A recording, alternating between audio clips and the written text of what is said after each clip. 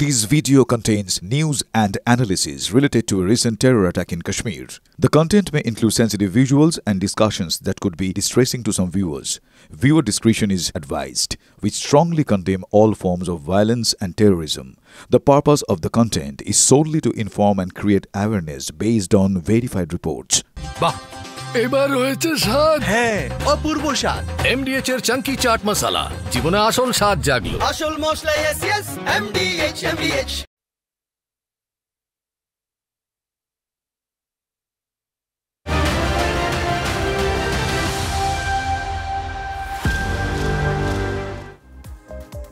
নমস্কার, দেশিন টিভি 9 বাংলা অনির্বাণের চক্রবহনী আপনাদের সঙ্গে আমি অনির্বাণ। আর শুরুতেই অন্যদিনের মতো সাথে সেরা চিন্ময় কৃষ্ণ প্রভুর জামিনে ফের জট। দেশদ্রোহিতার মামলায় ঢাকা হাইকোর্টে জামিন পেয়েছিলেন চিন্ময় কৃষ্ণ।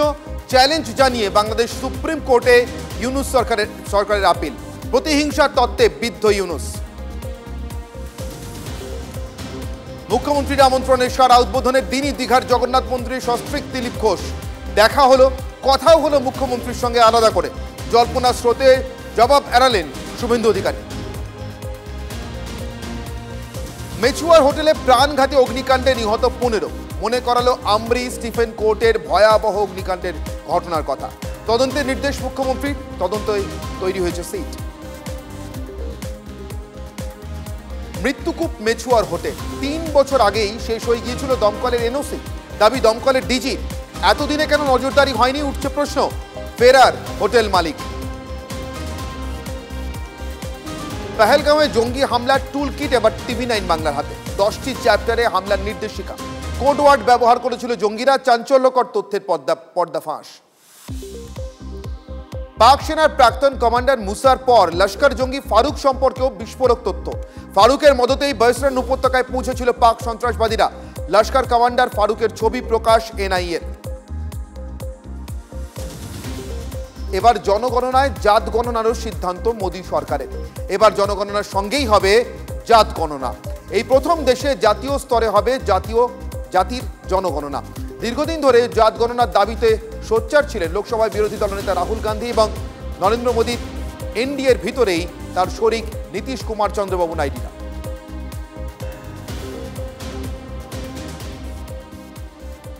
আজকে কথা শুরু করব এক ফুটবল কোচের কথা, স্যার অ্যালেক্স ফার্গুসন। কি বলেছিলেন? ছোট্ট একটি কথা, attack wins you games, defence wins you titles. সোজা কথায়, যদি আক্রমণ ভাগ খুব ভালো থাকে তোমার, তাহলে নিশ্চিতভাবে ম্যাচগুলো জিতবে। তবে যদি ডিফেন্স ভালো থাকে তাহলে টাইটেলটা মানে খেতাবটা জিতবে। সেটা ইংলিশ প্রিমিয়ার লিগ হোক, স্যার অ্যালেক্স ফার্গুসনের কথা, অথবা ইউরো হোক, অথবা অন্য কোনো চ্যাম্পিয়নশিপ। তো এই কথা হঠাৎ আজকে এখন কেন? 9 দশকের মাঝামাঝি ইউরোপিয়ান ক্লাব ফুটবলের সংজ্ঞাটাই বদলে দিয়েছিলেন এই স্কটিশ ভদ্রলোক। হ্যাঁ, স্কটল্যান্ডের মানুষ, কিন্তু ইউরোপ থেকেই। শুধু ইউরোপ নয়, গোটা ইংল্যান্ড, ইউরোপ এবং তারপরে গোটা পৃথিবীর মন জয় করে নিয়েছিলেন তার ফুটবল কোচিং দিয়ে এই স্কটিশ ভদ্রলোক। শুধু তাই নয়, তার সঙ্গে সঙ্গে ওই নাইটহুড খেতাবটাও ব্রিটিশদের কাছ থেকে আদায় করে নিয়েছিলেন। তাই তিনি আর অ্যালেক্স ফার্গুসন নন, তিনি স্যার অ্যালেক্স ফার্গুসন। ম্যাচের আগে টিমকে পাখি পড়ার মতো বোঝাতেন। আক্রমণই ম্যাচ জিততে সাহায্য করে, তবে ডিফেন্স ট্রফি জেতায়। ফলে ডিফেন্সটা মজবুত করে বাবা। ফুটবলের এই মতোই এই যুদ্ধক্ষেত্র এই দর্শনেই ভর করে। ম্যানচেস্টার ইউনাইটেডকে সাফল্যের শিখরে পৌঁছে দিয়েছিলেন অ্যালেক্স ফার্গুসন। রেকর্ড 13 বার ইংলিশ প্রিমিয়ার লিগ জয় তার আমলেই। ইউরোপ সেরা, যার মধ্যে 2 বার। ইংলিশ লিগ কাপ থেকে ফিফা ক্লাব ওয়ার্ল্ড কাপ সাফল্যের চূড়ান্তে দলকে নিয়ে গেছিলেন অ্যালেক্স ফার্গুসন। আর ঠিক যেটা বলছিলাম, ফুটবলের মতোই যুদ্ধক্ষেত্র এই নিয়মটা চলে। তারও উদাহরণ আছে বই। এমন ভারত পাকিস্তান যুদ্ধের আবহেই আছে সেই উদাহরণ। 1971-এর 25শে মার্চ বেছে বেছে বাংলাদেশের সেরা বুদ্ধিজীবীদের দাঁড় করিয়ে গুলি করে, কখনো তার থেকে আরো নিষ্ঠুর কায়দায় কেটে কুপিয়ে কুচিয়ে খুন করে সাফ করেছিল খান সেনা। কিন্তু সেই ঘটনার পর ঢাকা, রাজশাহী এবং গোটা বাংলাদেশ জুড়ে সেই ঘটনার পর সঙ্গে সঙ্গে 26শে মার্চ সকালেই কিন্তু ভারত বাংলাদেশের বিরুদ্ধে যুদ্ধ ঘোষণা করেনি, যদিও প্ররোচনা ছিল অনেক। এবং সবথেকে বড় কথা, দেশের প্রধানমন্ত্রী ইন্দিরা গান্ধী তিনি নিজেও কিছুটা অধৈর্য হয়ে প্রথমে তৎকালীন জেনারেল মানেকশকে বলেছিলেন যে কত দেরি, কত দিনে যুদ্ধে যাবো? আদৌ কি যুদ্ধে যাওয়ার ইচ্ছে আছে তোমার? যুদ্ধ করার ইচ্ছে আছে তোমার? স্যাম মানেকশর উত্তর ছিল, যদি জিততে চান তবে গুছিয়ে নামতে হবে। গুছিয়ে নামার জন্য কতদিন সময় লেগেছিল ভারতের?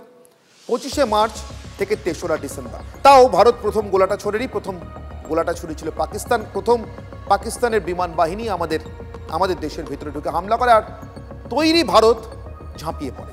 মাত্র 13 দিনে বাকি খেল খতম। মানে 3রা ডিসেম্বর থেকে 16ই ডিসেম্বর 1971 বিজয় দিবস।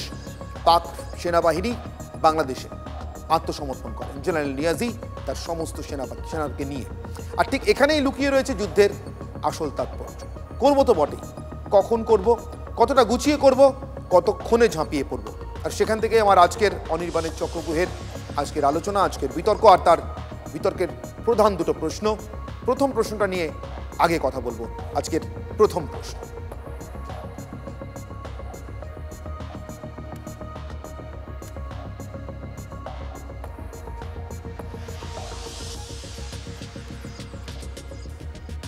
আজকের প্রথম প্রশ্ন,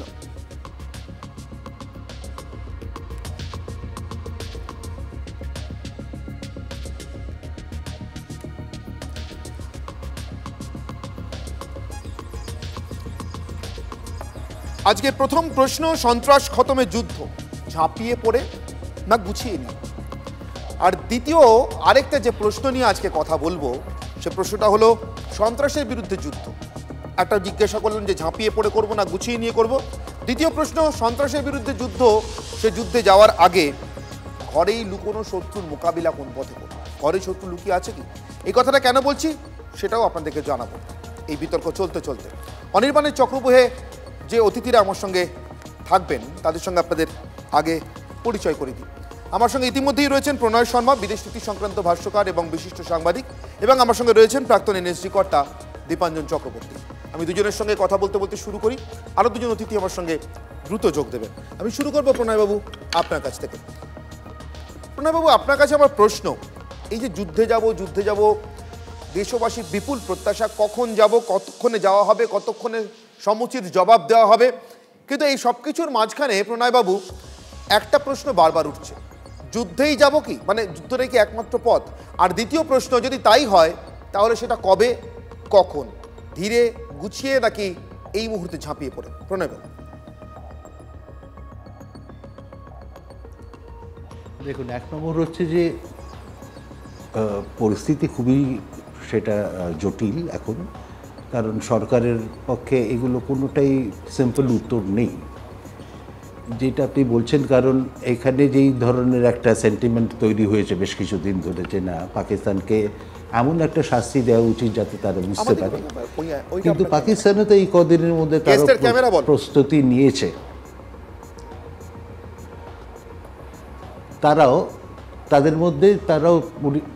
সেটাকে মোকাবিলা করার জন্য তারাও রেডি রয়েছে সেখানটায়। তো সুতরাং যুদ্ধ শুরু করা যায়, যে কোনো দেশ হয়তো যুদ্ধ শুরু করতে পারে, কিন্তু থামানো তাদের হাতে থাকে না। এখন যুদ্ধ কতদিন চলবে কি না সেটা আমরা কেউই জানি না, সেটা দীর্ঘস্থায়ী হতে পারে, অনেক দিন ধরেই চলতে পারে, এবং তার জন্যেই যে অন্যান্য যে আনুষঙ্গিক জিনিসগুলো আছে সেগুলো মাথায় রাখতে হবে। এখানে একটা সেন্টিমেন্ট নিশ্চয়ই রয়েছে। আচ্ছা, পাশাপাশি আরেকটা হচ্ছে যে এন্ড গেম কী, মানে আমরা কিসের উদ্দেশ্যে যাচ্ছি সেই যুদ্ধটা, এবং সেটা সফল হবে কি, যুদ্ধ করে কি সেটা শেষ করা যাবে? এর আগেও আমরা দেখেছি যে সেখানটায় ইন্ডিয়া সেখানে গিয়ে বোম ফেলে এসছে সেখানটায় তাদের টেররিস্ট হাইড আউটে, কিন্তু তারপরেও তো এই অ্যাটাক হলো। সুতরাং অন্যভাবে ভাবতে হবে যে কীভাবে, যে শুধুমাত্র সামরিক দিক নয়, অন্যান্য আমার মনে হয় যে ডিপ্লোম্যাটিক্যালি যদি সেটাকে দেখা হয় তাতে বোধহয় আরও বেশি এফেক্টিভ হবে। যে কীভাবে তাদেরকে আইসোলেট করা যেতে পারে, আর্থিক অবস্থায় কীভাবে চাপ দেওয়া যেতে পারে সেখানটায়। আমরা জানি পাকিস্তানের ইতিমধ্যেই যথেষ্ট আর্থিক সংকটের মধ্যে তারা রয়েছে, সেখানটায় এই জিনিসগুলোর উপর যারা বাইরের দেশগুলো আছে তাদেরকেও এইগুলো কনভিন্স করা যে সেখানটায় ইনভেস্টমেন্ট না হোক সেখানটায়, বা করতে গেলে এই কন্ডিশনগুলো তাদেরকে দেয়া হোক যে যেখানটায় এই ধরনের নীতি যেটা তারা বহুদিন ধরে চালিয়ে যাচ্ছে সেইখান থেকে যাতে বিরত থাকে। কারণ প্রতিবেশী কোনো দেশের সঙ্গে তাদের যে সম্পর্ক তার এটার উপর ডিপেন্ড করতে পারে না, যেটা পাকিস্তান এতদিন ধরে চালিয়ে আসছে। আর আপনি বলছেন যে কখন হবে, সেইটা তো বলে যদি করা হয় তাহলে তো তার এফেক্টিভনেস কোনো থাকেই না। ঠিক কথাই প্রণববাবু, সেখানে আমার প্রশ্ন, আমি কখন হবে বলতে নির্দিষ্ট করে যে আজকের দিন মাস ক্ষণ বলছি তা না, কিন্তু শুরুতেই যে কথাগুলো বলছিলাম, অর্থাৎ যুদ্ধটা করবার আগে যে গুছিয়ে নিয়ে নামা, আপনি দুপুরেও যখন কথা হচ্ছিল আমাকে বলছেন যে অনির্বাণ অনেক যুদ্ধই শুরু হয় নিজের ইচ্ছায় কিন্তু শেষটা নিজের ইচ্ছে মতো করা যায় না, ইতিহাস সাক্ষী এমনকি বর্তমানে সাক্ষী। প্রণয়বাবু আপনি বলছিলেন। আমি সেটাই বলছিলাম যে দেখুন, আমরা দুটো যদি পাশাপাশি যখন যে দুটো যুদ্ধ হচ্ছে এখনো চলছে, একটা ইউক্রেনের যুদ্ধ, যখন রাশিয়া সেখানে ঢুকেছিল তারা মনে করেছিল যে এক সপ্তাহের মধ্যে হয়তো শেষ করে ফেলতে পারবে, কিন্তু আজও সেই যুদ্ধ চলছে। ঠিক। এবং পাশাপাশি গাজার যদিও দেখেন আপনি, যখন নাকি হামাসের অ্যাটাকের পরে সেখানে ইসরায়েলি সৈন্য গেল, তাদের মনে হয়েছিল যে এক সপ্তাহের মধ্যে হয়তো সেটা শেষ হবে, কিন্তু তা তো হয়নি, আজও চলে যাচ্ছে। সুতরাং যেটা বলছি সেটা মাথায় রাখতে হবে, যুদ্ধ শুরু করা যায় কিন্তু শেষটা আপনার হাতে নয়, সেটা কতদিন ধরে চলবে, কীভাবে শেষ হবে তার, সেটা তো হয়তো যেটা উদ্দেশ্য ছিল আমার তার বিপরীত একটা অন্যদিকে যেতে পারে। সুতরাং অন্যান্য যে টুলসগুলো রয়েছে, বিশেষ করে মানে অন্য যেটার কথাই বলছিলাম, অর্থনৈতিক চাপ বা ডিপ্লোম্যাটিক চাপটা, সেটাকে যদি আরও বাড়ানো যায়, তাকে আইসোলেট করা যায়, তাতে হয়তো আরও অনেক বেশি এফেক্টিভ হবে। অনেক ধন্যবাদ প্রণয়বাবু আমাদের সঙ্গে সময় দেওয়ার জন্য। প্রণয় শর্মা আমাদের সঙ্গে ছিলেন। আপনারা শুনলেন যে প্রণয়বাবুর মত এই প্রসঙ্গে কি। আমি এক এক করে আমার বাকি অতিথিদের কাছেও যাবো আজকে এই নিয়ে কথা বলবার জন্য। আমার সঙ্গে দীপাঞ্জন চক্রবর্তী রয়েছেন, প্রাক্তন এনএসজি কর্তা রয়েছেন, মেজর দ্বৈপায়ন বিশ্বাস, প্রাক্তন সেনা আধিকারিক। আমার সঙ্গে রয়েছেন শোভন চক্রবর্তী, সামরিক ইতিহাসের লেখক, এবং সালাউদ্দিন শোয়েব চৌধুরী, ব্রিটস পত্রিকার সম্পাদক বাংলাদেশ থেকে। আমি সালাউদ্দিন শোয়েব চৌধুরী আপনার কাছে আসবো, কিন্তু তার আগে এই মুহূর্তে আপনাদেরকে আমি একটা ব্রেকিং খবর জানাই। এই মুহূর্তে আপনাদের জন্য আমার যে ব্রেকিং খবর সেটা বাংলাদেশ থেকে আসছে। এই মুহূর্তে আপনাদের জন্য যে ব্রেকিং নিউজটা দেবো সেটা বাংলাদেশ থেকে আসছে। মোহাম্মদ ইউনূস, তার কি রক্তচাপ বাড়ছে? তার কারণ বাংলাদেশকে যুদ্ধ প্রস্তুতির জন্য তৈরি থাকতে বলছেন মোহাম্মদ ইউনূস। কেন? তিনি বলছেন ভারত পাকিস্তানের মধ্যে যুদ্ধের দামামা বেজেছে, যে কোনো মুহূর্তে যুদ্ধ বাঁধতে পারে। এই পরিস্থিতিতে বাংলাদেশের যুদ্ধ প্রস্তুতি নেওয়া অপরিহার্য। এই সময়ে বাংলাদেশ যদি যুদ্ধ প্রস্তুতি না নেয় তাহলে সেটা আত্মহত্যার শামিল। আমি বিস্তারিত জানবো।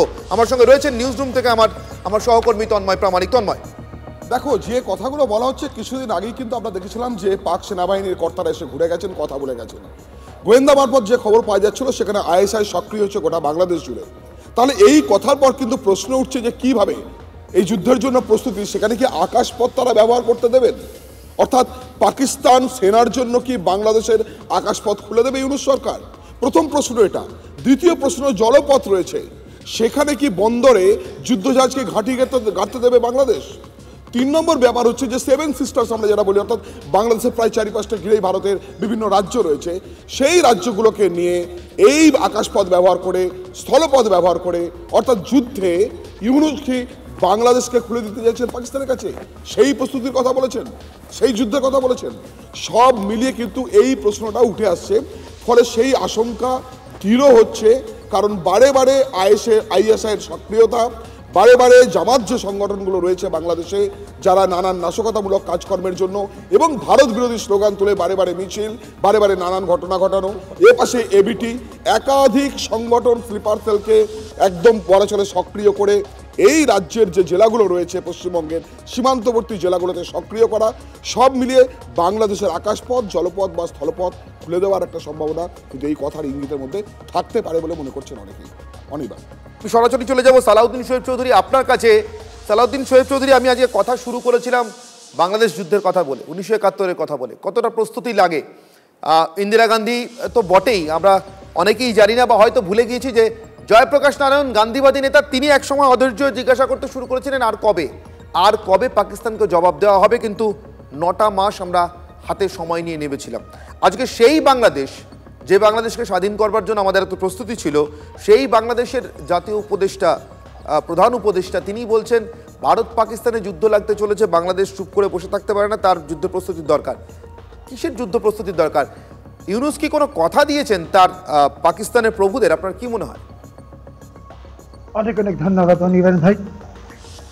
ইউনূস যে কথা বলছে সে আমি একটু বলবো যে আমরা সবাই জানি যে বাংলাদেশের সাথে স্টারলিংকের হয়েছে এবং স্টারলিংকের যে যন্ত্রপাতি সেটা বাংলাদেশের জনগণের জন্য নয়, সেটা আসছে আরাকান আর্মির জন্য। ইতিমধ্যে স্টারলিংকে স্টেশনগুলো স্থাপন করছে, সেগুলো সবই পার্বত্য চট্টগ্রামে। এই স্টারলিংকের যন্ত্র শুধু ইউনুস আরাকান আর্মির কাছে দেবে না, সেই যন্ত্র যাবে ভারতের উত্তর পূর্বাঞ্চলের বিভিন্ন বিচ্ছিন্নতাবাদী গোষ্ঠীর কাছেও। একই সাথে আমি যখন আপনার সঙ্গে এই মুহূর্তে কথা বলছি তখন বাংলাদেশ থেকে সিল করা কন্টেইনার পার্বত্য চট্টগ্রামে চলে গেছে যার ভিতরে অস্ত্র আছে, এবং জাতিসংঘের কথিত মানবিক সহায়তার নামে যে কন্টেইনারগুলো চালু হবে, যে রুট, যে ট্রানজিট দিয়ে দিয়েছে ইউনুস, সেই রুটের মধ্যে দিয়ে অস্ত্র যাবে। কাজে ইউনুস এবং পাকিস্তানি আইএসআই, পাকিস্তানের জঙ্গিবাদী আর্মি, এরা মিলে এইখানে একটা নতুন যুদ্ধের ফ্রন্ট খোলার সম্পূর্ণ আয়োজন করছে। এবং এই কারণেই ইউনুস ইঙ্গিত দিয়েছে যুদ্ধের প্রস্তুতি নেওয়ার। কারণ বাংলাদেশের আর্মি, বাংলাদেশ সেনাবাহিনী, সশস্ত্র বাহিনী, তারা কোনো ধরনের যুদ্ধে যেতে প্রস্তুত বা রাজিও নয়, ওদের কোনো ইচ্ছাও নেই। ইউনুস বাংলাদেশ সশস্ত্র বাহিনীকে এবার যুদ্ধে ঠেলে দিবে, কারণ ইউনুসের মূল এজেন্ডা হলো বাংলাদেশের সমস্ত ইনস্টিটিউশনকে ধ্বংস করে দেওয়া, বাংলাদেশের সশস্ত্র বাহিনীকে ধ্বংস করে দেওয়া। এজন্যই ইউনুস যুদ্ধের প্রস্তুতির কথা বলেছে। তবে আপনাকে আমি একটি ব্রেকিং নিউজ আপনাকে এবং সম্মানিত আলোচকদের দিচ্ছি। পাকিস্তান সেনাবাহিনীর ভিতরে একটি মিউটিনি হতে চলছে। পাকিস্তান সেনাবাহিনীর মিড র্যাঙ্কিং এবং জুনিয়র অফিসাররা তারা ঐক্যবদ্ধ হয়েছেন, তারা আসিম মনিরের বিরুদ্ধে মিউটিনি করতে যাচ্ছেন। এবং সেই মিউটিনিতে এরই মাঝে ইমরান খানের পাকিস্তান তেহরিকে ইনসাফ ওরা সমর্থন দিয়েছে এবং পাকিস্তান পিপলস পার্টির একটা বড় অংশ সমর্থন দিয়েছে। কাজেই পাকিস্তান ভারতের সাথে যুদ্ধ কি করবে? আমি বলছি আজকে আপনার এই শোর মাধ্যমে, পাকিস্তান সেনাবাহিনীর বিরুদ্ধে বিদ্রোহ হচ্ছে, মিউটিনি হচ্ছে। যে কোনো সময় আপনারা শুনবেন সেই মিউটিনি প্রকাশ পেয়েছে এবং আসিম মনির সহ অনেকেই তারা হয় বন্দী হবেন অথবা নিহত হবেন। সালাউদ্দিন শোয়েব চৌধুরী, আপনি যে কথাগুলি বলছেন সেগুলো নিশ্চয়ই সেগুলো নিয়ে আমরা আলোচনা করব, কিন্তু আমি হঠাৎ মোহাম্মদ ইউনূসের কথার প্রসঙ্গে এটা কেন জিজ্ঞাসা করলাম আপনাকে, তারও আরেকটু ডিটেল একটা ব্যাখ্যা আছে। আজকের দিনেই আমাদের দেশের ভিতরেই ঘটে যাওয়া কিছু ঘটনা আমাদেরকে বারবার এগুলো জিজ্ঞাসা করতে বাধ্য করছে। আমি আপনাদের একটা বাইট শোনাবো। বাইটটা গুজরাটের ভালসাডের পুলিশ সুপারের বাইট, কারণ রাজ বাঘেলা। গুজরাটে গত কয়েকদিন ধরে আপনারা জানেন বাংলাদেশি ধরা পড়ছে, ভারতীয় হয়ে লুকিয়ে থাকা বাংলাদেশি। আমি বলছিলাম না যে ঘরের শত্রুর বিরুদ্ধে যুদ্ধ কতটা প্রয়োজনীয়। এক তো যুদ্ধে যাওয়ার সময় কিভাবে যাব, আদৌ যুদ্ধেই যাব কিনা, কীরকম ধরনের যুদ্ধে যাব, আর দ্বিতীয় হচ্ছে যদি যুদ্ধে যেতেই হয় তাহলে ঘরের শত্রুর বিরুদ্ধে তার আগে প্রস্তুতি কতটা প্রয়োজনীয়। ঠিক সেখান থেকেই এই জায়গাটা অত্যন্ত গুরুত্বপূর্ণ। গতকাল আপনারা জানেন এক পাক নাগরিক ধরা পড়েছে আমাদের রাজ্যে এবং তাকে এনফোর্সমেন্ট ডাইরেক্টরেট গ্রেফতার করেছে। সে এই রাজ্যে বসে আমাদের দেশের পাসপোর্ট তৈরি করছিল, তৈরি করিয়ে নিচ্ছিল সমস্ত ভুয়ো নথিপত্র দিয়ে। সে পাক নাগরিক, বাংলাদেশের পাসপোর্ট নিয়ে ভারতে আসে, তারপরে একেবারে পুরোপুরি ভারতীয় হয়ে যায়, ভোটার আধার সব তার সঙ্গে ছিল। গুজরাটে আজকে ধরা পড়েছে এমন 7 জন বাংলাদেশি, তাদের মধ্যে কয়েকজনের সঙ্গে আল কায়দার যোগাযোগ থাকতে পারে পর্যন্ত এমনটাও পুলিশ কিন্তু সন্দেহ করছে। কি বলেছেন পুলিশ সুপার ভালসাডের, একবার শুনবো। 7 बांग्लादेशी पकड़े गए हैं। उनकी जो प्रिलिमिनरी इंट्रोगेशन जो हुआ है उसमें ये पता चल रहा है ये सारे लोग बांग्लादेश से नेपाल गए थे और नेपाल से होके फिर वेस्ट बंगाल, पश्चिम बंगाल के थ्रू ये भारत में इलीगल तरीके से एंटर हुए थे।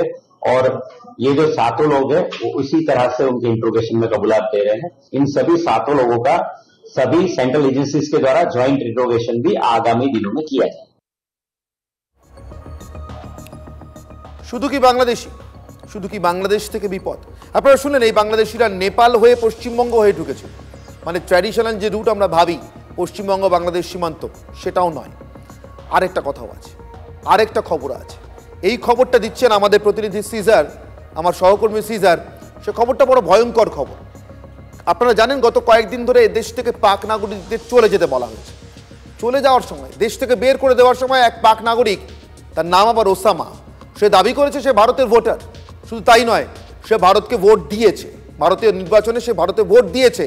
আমার সহকর্মী সিজার মন্ডল আমার সঙ্গে রয়েছেন, এই মুহূর্তে আপনাদেরকে জানাবো যে ব্রেকিং খবর, কিছুক্ষণের মধ্যে আপনাদেরকে জানাবো যে ব্রেকিং খবর সিজার মন্ডল আপনাদের কাছে জানাবেন সেই ওসামার বক্তব্য সম্পর্কে এবং তারপর তা নিয়ে ভারত কিভাবে এগোচ্ছে। আমি তার আগে আমার অতিথিদের সঙ্গে আলোচনাতে আসি। আমি দৈপায়নবাবু আপনার কাছে আসবো। আপনি তো দীর্ঘদিন কাশ্মীরে পোস্টেড ছিলেন মেজর বিশ্বাস, আমি আপনার কাছ থেকে জানতে চাইবো এই স্থানীয়দের ইনভলভমেন্টের জায়গাটা। তার কারণ বারবার যতবার পাক আর্মির কথা আসছে, আইএসআই এর কথা আসছে, মুসার কথা আসছে, ততবার কিন্তু এই লোকাল হ্যান্ডলার এবং তাদেরকে সাহায্য করে নিয়ে যাওয়ার জন্য, তাদেরকে পথ দেখানোর জন্য এবং পাক জঙ্গিদের পথ দেখানোর জন্য ফারুকের কথাও আসছে। মেজর বিশ্বাস নমস্কার।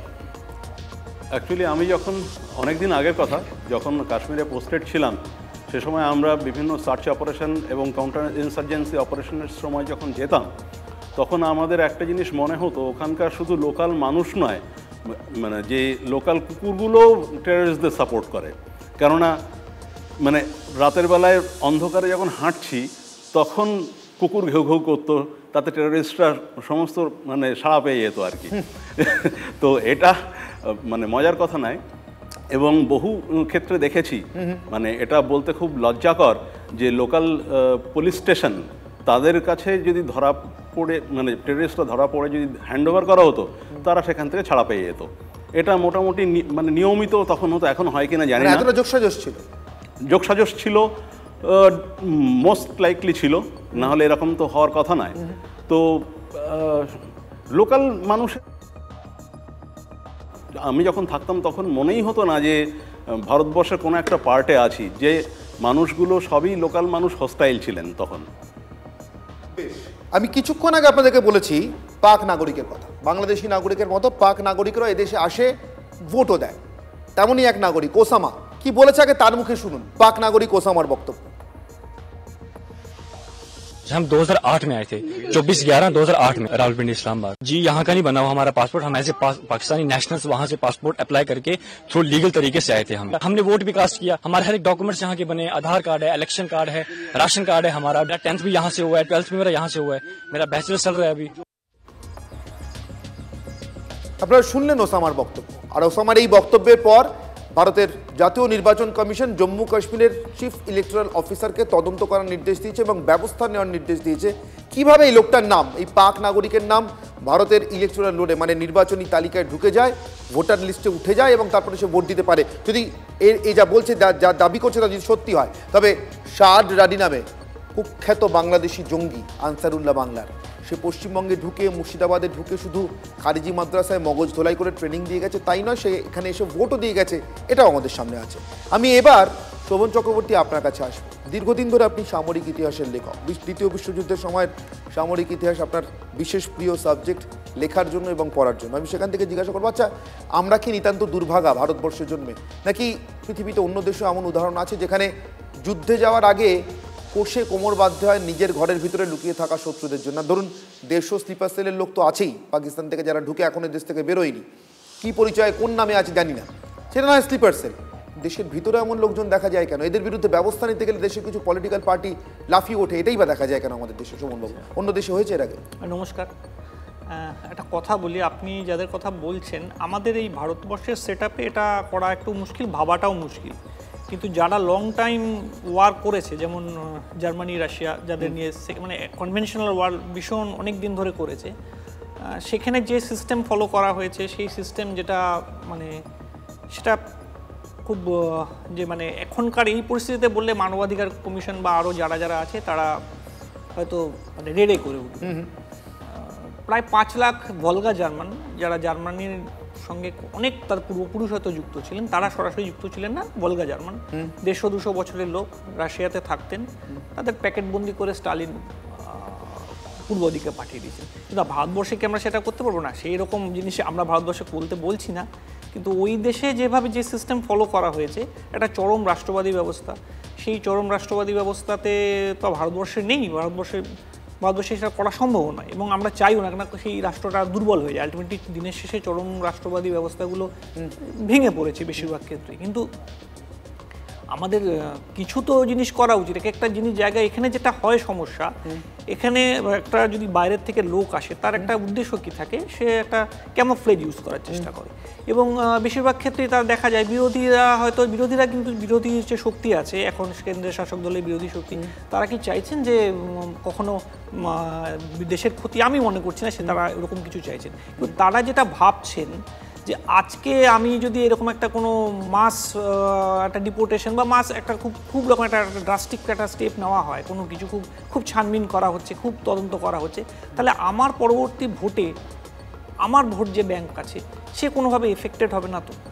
আমি আমার আলটিমেটলি দেখুন যে শাসক হোক, তৃণমূল, সিপিএম, বিজেপি, কংগ্রেস, যেই হোক, তার দিনের শেষে টার্গেট হচ্ছে চেয়ারে থাকতে হবে। ক্ষমতায় না থাকলে জনসেবা করা যাবে না, এটা নিয়ে তো কোনো আমার ধারণা কেউ এটা নিয়ে তর্ক করবেন না। তা আমার যদি ক্ষমতার জায়গাটা হচ্ছে ভোট, স্টালিন বাকিদের থেকে আলাদা, হিটলার বাকিদের থেকে আলাদা, তাদের ভোটে যেতে হতো না। তারা যে স্টেপটা নিয়েছেন, আপনি যুদ্ধের সময়ও স্টালিন যে স্টেপ নিয়েছেন, রুজভেল্ট সে স্টেপ নিতে পারেননি। স্টালিন 25-30 বছর ধরে একটা টোটাল তার টেনিয়ার যেটা আছে, আপনি যদি দেখেন আমি যদি 18 সাল থেকেই ধরি, তাও 24-25 বছর। বাকিরা তার মিত্রপক্ষ, তার উল্টো দিকে যারা আছে, তাদের থেকে তিনি বেশি সময় ধরে ওখানে সর্বোচ্চ সুপ্রিম কমান্ডে আছে। এইটা আপনি এই গণতান্ত্রিক দেশে গণতন্ত্র থাকলে মানে রুজভেল্ট যেমন ছিল তাকে তার মতো করে আপনি চার্চিল কখনো এরকম করতে পারবেন না। করেছেন সেটা অন্য দেশে, কলোনিতে করেছেন, আমাদের এখানে না খাইয়ে লোক মেরে ফেলেছেন, কিন্তু নিজের দেশে ওই রকম কিছু উনি করা যাবে না। আমার একটা বিরতির সময় আছে, বিরতির পর আমি ফিরে আসছি আপনাদের কাছে আজকের বিতর্কে এই দুটো বিষয় নিয়ে আরো একবার, যে ভারত যদি সত্যিই পাকিস্তানের বিরুদ্ধে সন্ত্রাসবাদ বিরোধী যুদ্ধে যায়, তাহলে সেই যুদ্ধে যাওয়ার কৌশল কেমন হবে, দিনক্ষণ মানে নির্দিষ্ট করে দিনক্ষণ নয়, সময় কেমন হতে পারে, এখনই না একটু গুছিয়ে নিয়ে, আর তার আগে ঘরের শত্রুর সঙ্গে কিভাবে যুঝতে হবে, কিভাবে যোঝা যায় যখন শত্রু ঢুকে বসে আছে। আমরা জানি দেশের ভিতরে থাকা, ঘরের ভিতরে লুকিয়ে থাকা শত্রুদের নিয়ে কথা হচ্ছে। এখন এই শত্রু স্লিপার সেল, এই শত্রু অনুপ্রবেশকারীর ভেগ ধরে লুকিয়ে আছে, নাকি অনুপ্রবেশকারী হয়ে ঢুকে আসলে অন্য কোনো শিবিরে ভিড়ে গিয়েছে, আপনি বুঝবেন কি করে? আপনি কিছুক্ষণ আগে আপনাদেরকে ভালসারের পুলিশ সুপারের বক্তব্য শুনিয়েছি, যে বাংলাদেশিরা ধরা পড়েছে, তাদের সঙ্গে আন্তর্জাতিক সন্ত্রাসবাদী সংগঠনের সম্পর্ক নিয়ে যে তদন্ত হচ্ছে তার কথা বলেছি।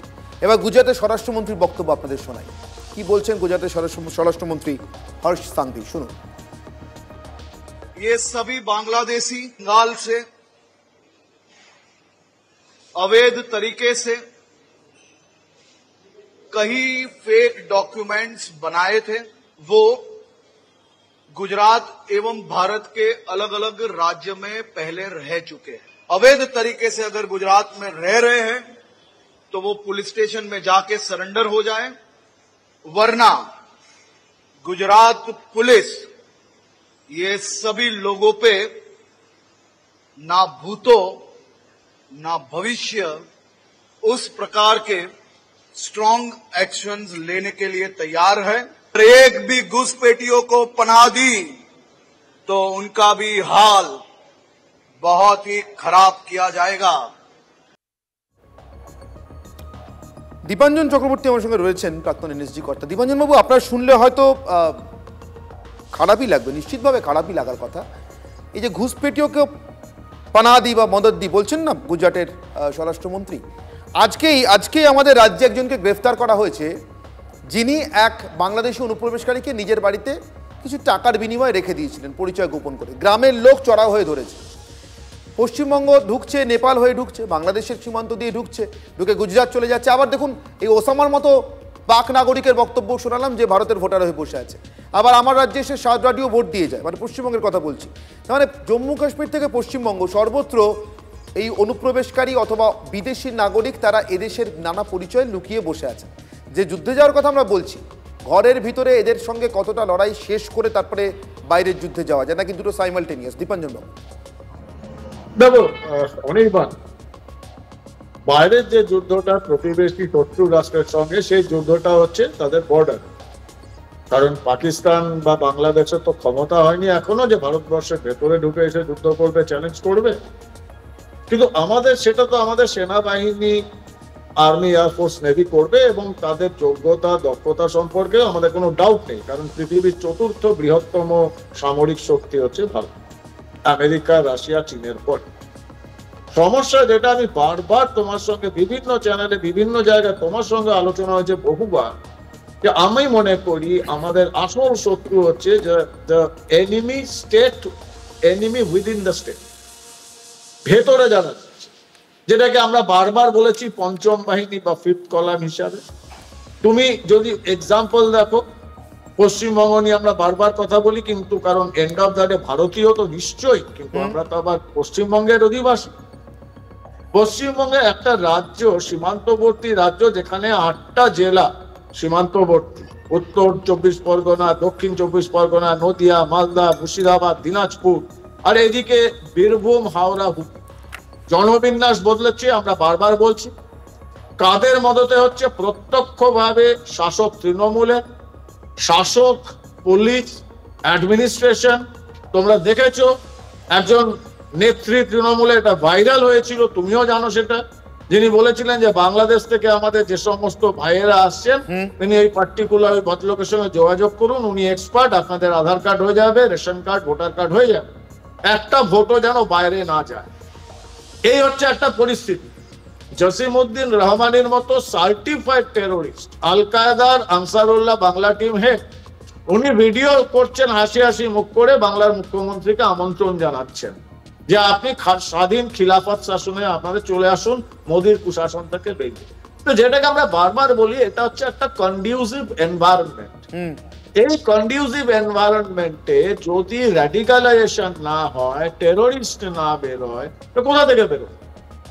তুমি টেরোরিস্ট তো আর তুমি এমন জায়গা থেকে পাবে না যেখানে এই যে স্লিপার সেল, তারা জানে যে আমরা সরাসরি শাসক দলের মদত পাবো, তারা জানে পুলিশের ক্ষমতা হবে না আমাদের হাত লাগাতে আমাদের গায়ে। কলকাতা পুলিশের বুকের উপর গুলশান কলোনি বসে আছে। আইবি রিপোর্ট বলছি, তোমরা চমকে যাবে তুলে, সারা পশ্চিমবঙ্গে অ্যাপ্রক্সিমেট 200-র মতো এরকম গুলশান কলোনি তৈরি হয়ে গিয়েছে। তোমার মনে আছে তোমাদের এই টিভি 9-এ হুমায়ুন কবির, বাংলার ওই তৃণমূলের দুর্দণ্ড প্রতাপ এমএলএ, কি বলেছিল? যে 2011 অব্দি পশ্চিমবঙ্গেতে 11,000 খারিজি মাদ্রাসা ছিল। তো 11-র পর কন্ডিউসিভ এনভায়রনমেন্টে 2025-এর সংখ্যাটা কত হবে? পাকিস্তান সব থেকে বেশি হয়রান হয়ে রয়েছে খারিজি মাদ্রাসা নিয়ে, তারা সাংঘাতিক ভাবে ওগুলোকে বন্ধ করে দিচ্ছে, কারণ জানে টেরোরিস্ট এখান থেকে বেরোবে। আর পশ্চিমবঙ্গের মুখ্যমন্ত্রী বলছেন খারিজি মাদ্রাসাগুলোকে আমরা রেগুলারাইজ করাবো। পার্থক্যটা সিফ এই জায়গা। এখানে দীপাঞ্জনবাবু একটা কথা কিছুক্ষণ আগে শোভনবাবু বলছিলেন, শোভন চক্রবর্তী, যে দ্বিতীয় বিশ্বযুদ্ধের সময় স্ট্যালিনের একটা সুবিধা হয়তো ছিল। উনি বলার সময় বলেছেন যে আমি বললে হয়তো মানবাধিকার কর্মীরা রেড়ে করে উঠবেন, তার কারণ স্ট্যালিনের দেশে গণতন্ত্র ছিল না, চার্চিল এবং রুজভেল্টের দেশে ছিল বলে তারা অনেক কিছু করে উঠতে পারেনি, সেগুলো তারা তাদের কলোনিতে করেছেন, কিন্তু নিজের দেশে করতে পারেননি। আমার প্রশ্ন তাহলে দীপাঞ্জনবাবু, একটা আধুনিক গণতান্ত্রিক রাষ্ট্রে বসবাস করবার কি আমরা দাম দেবো? এটা তো হতে পারে না। আমরা গণতন্ত্রে বাস করি, এটা তো আমাদের গর্ব। তা সেই গর্বটা যদি আমরা সঙ্গে রাখতে চাই, কখনো ওসামা পাক নাগরিক জম্মু কাশ্মীরে বসে বলবে আমি তো এদেশে ভোট দিয়েছি, 17 বছর ধরে আছি, আমার ভোটার কার্ড আছে, কখনো সাদরাটি ভোট দিয়ে যাবে। গণতন্ত্রের মূল্য চোকানোর কথা তো ছিল না, আমাদের গণতন্ত্রের লাভ ওঠানোর কথা ছিল। অনির্বাণ, আমরা ছোটবেলা থেকে একটা বাংলা রচনা লিখতাম, আমি নিশ্চিত তুমিও লিখেছো, আর এখানে যারা সিনিয়র আছেন তারাও লিখেছেন। খুব কমন রচনা আসতো, বিজ্ঞান আশীর্বাদ না অভিশাপ। আমরা লিখতাম আলফ্রেড ডিনামাইট, নোবেল, এই সমস্ত নিয়ে চলতো আমাদের। গণতন্ত্র আমাদের আশীর্বাদ না অভিশাপ, এটা একটা দুর্দান্ত বিতর্কের বিষয়। কারণ এই গণতন্ত্র, যেখানে গণতন্ত্রের নাম করে তুমি ডিক্টেটরশিপ তুমি কিছুতেই অ্যাকসেপ্ট করতে পারো না, আমিও করি না ব্যক্তিগত, কিন্তু গণতন্ত্রে একটা তো কোথাও চেক পয়েন্ট থাকবে, যেখানে সংবিধানের শপথ নেওয়া নির্বাচিত গণতান্ত্রিক পদ্ধতিতে যে মহিলা রয়েছেন বা যিনি রয়েছেন মুখ্যমন্ত্রী হয়ে, ওনার দায়বদ্ধতা, অ্যাকাউন্টেবিলিটি কোথাও তো ফিক্স হবে। ওনার দায়বদ্ধতা সংবিধানে নেই, ওনার দায়বদ্ধতা যারা ওনাকে ভোট দিয়ে নির্বাচিত করেছেন তাদের উপর নেই, ওনার দায়বদ্ধতা রাষ্ট্রের উপর নেই, রাষ্ট্রের সুরক্ষার উপর নেই। আর আমরা বসে আছি হাতে হাত রেখে। সব থেকে বড় সমস্যা কেন্দ্র রাজ্য সম্পর্ক, সারকারিয়া কমিশন। এই কেন্দ্র রাজ্য সম্পর্ক আর কোয়াসি ফেডারেল স্ট্রাকচার, তুমি কথা বলতে গেলেই লোকজন লেরে করে ঝাঁপিয়ে পড়ে, ওইটার ফাঁক দিয়ে সমস্ত কিছু হচ্ছে এবং এটা হতে থাকবে যতদিন মানুষ না জানবে। বেশ, আমি এই প্রসঙ্গে কেন্দ্রীয় স্বরাষ্ট্রমন্ত্রীর বক্তব্য উল্লেখ করবো এবং সেটা দেখাবো বা শোনাবো। তার কারণ কেন্দ্রীয় স্বরাষ্ট্রমন্ত্রী অমিত শাহ বক্তব্যটা যখন পেশ করছেন, যা বলছেন সেটা তিনি বলেছেন লোকসভায় দাঁড়িয়ে, এবং লোকসভায় দাঁড়িয়ে তার এই বক্তব্য পেশ করার পরে আমি এই বক্তব্যের যা ডেট দেখতে পাচ্ছি 27শে মার্চ 2025, 27 এপ্রিল 2025 আমরা পেরিয়ে গেছি, 1 মাস পেরিয়ে গেছে। এর মধ্যে যদি সত্যি কোনো মিথ্যে বলে থাকতেন এই বক্তব্যের মধ্যে, কোনো অসত্য বলে থাকতেন, কোনো অর্ধসত্যও বলে থাকতেন, তাহলে নিশ্চিতভাবে তৃণমূলের সংসদীয় দলের পক্ষ থেকে একটা প্রিভিলেজ বা স্বাধিকার ভঙ্গের নোটিশ জমা পড়তো। সেটা যখন পড়েনি তখন ধরে নিতে হবে অমিত শাহ যা যা বলেছেন এখানে সত্যি। কিন্তু কি বলেছেন কেন্দ্রীয় স্বরাষ্ট্রমন্ত্রী সেটা কিন্তু চোখ কপালে তুলে দেওয়ার মতো। ঘরের শত্রু রেখে বাইরে যুদ্ধ করতে যাচ্ছি কিনা সেটা যখন আমরা আলোচনা করছি তখন স্বরাষ্ট্রমন্ত্রী বক্তব্য। 450 किलोमीटर फेंसिंग रुकी है तो केवल और केवल बंगाल सरकार की दया की दृष्टि घुसपैठियों के पर जो है इसके कारण। ये 450 किलोमीटर के लिए मान्यवर मैंने डीओ लेटर लिखकर 10 रिमाइंडर करे हैं, बंगाल सरकार भूमि नहीं देती।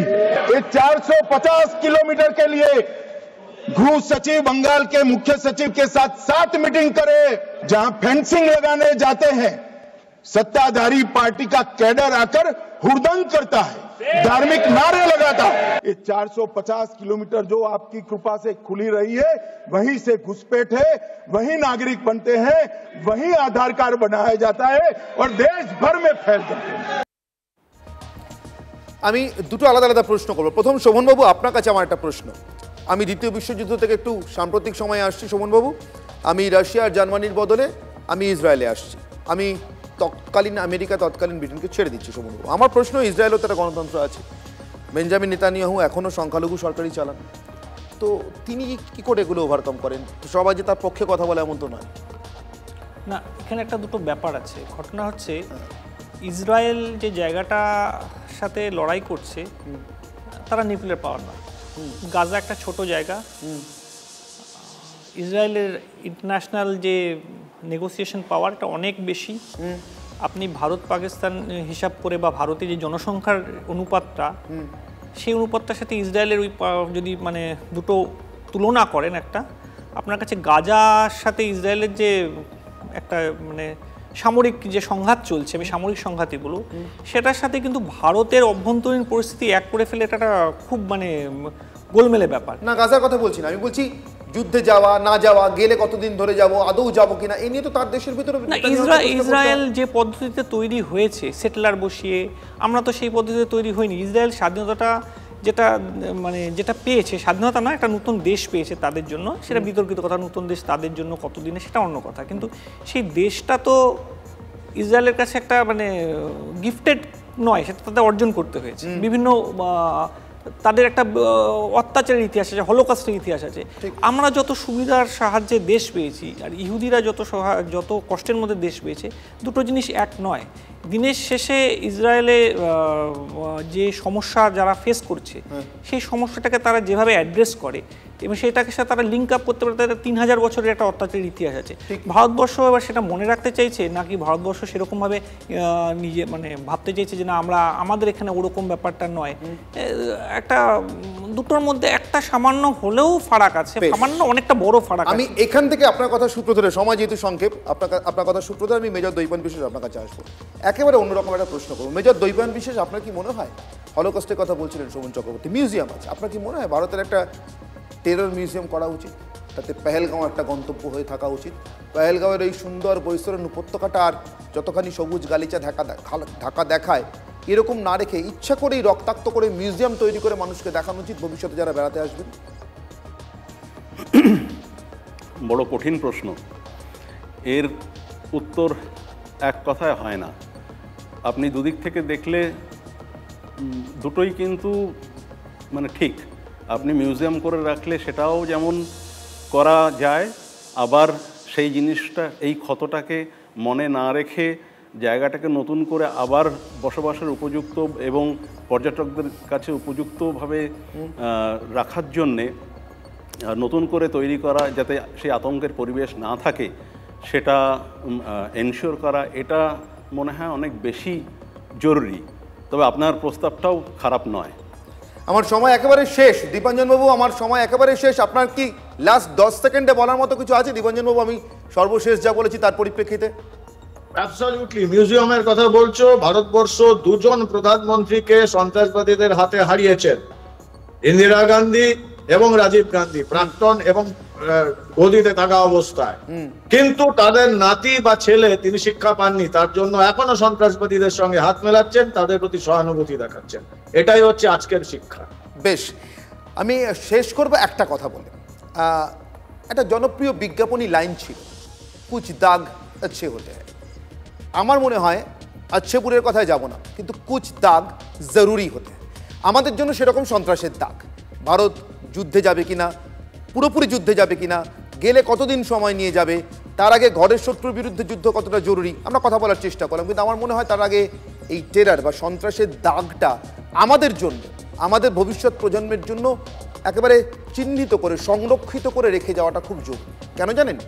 এই মুহূর্তে ছত্তিশগড়ের কট্টেগুড়া পর্বতে এই মুহূর্তে 500 প্যারাচুটার কমান্ডো তারা যেদিনকে নেমেছিলেন সেদিনকে পণ করে নেমেছিলেন, এবং এই মুহূর্তে দেশের একসময় সবথেকে বড় অভ্যন্তরীণ সমস্যা বলে চিহ্নিত মাওবাদ, নকশালবাদ জাস্ট অদৃশ্য হওয়ার পথে। তার কারণ তিনটে চিঠি লিখে সরকারের কাছে ক্ষমা ভিক্ষা করার পরও তারা ক্ষমার পথে হাঁটেননি, এবং আগামীকাল বা আগামী পরশুই হয়তো একটা নতুন সূর্যোদয় দেখবে ভারত, যেদিনকে দেশের সবথেকে বড় অভ্যন্তরীণ বিপদ মনমোহন সিংয়ের বলে যাওয়া মাওবাদ বা নকশালবাদ দেশে থাকবে না। এই পথে হাঁটলে সাফল্য নিশ্চিত, কি ঘরে কি বাইরে। অনির্বাণের চক্রবুহা যেখানেই শেষ করছি, সঙ্গে তখন টিভি 9 বাংলা। MDH চানা মশলা, এখন ছোলা হোক বা বরবটি দানা, সাদা চানা হোক বা কালো, সব রান্নাই হবে অসাধারণ।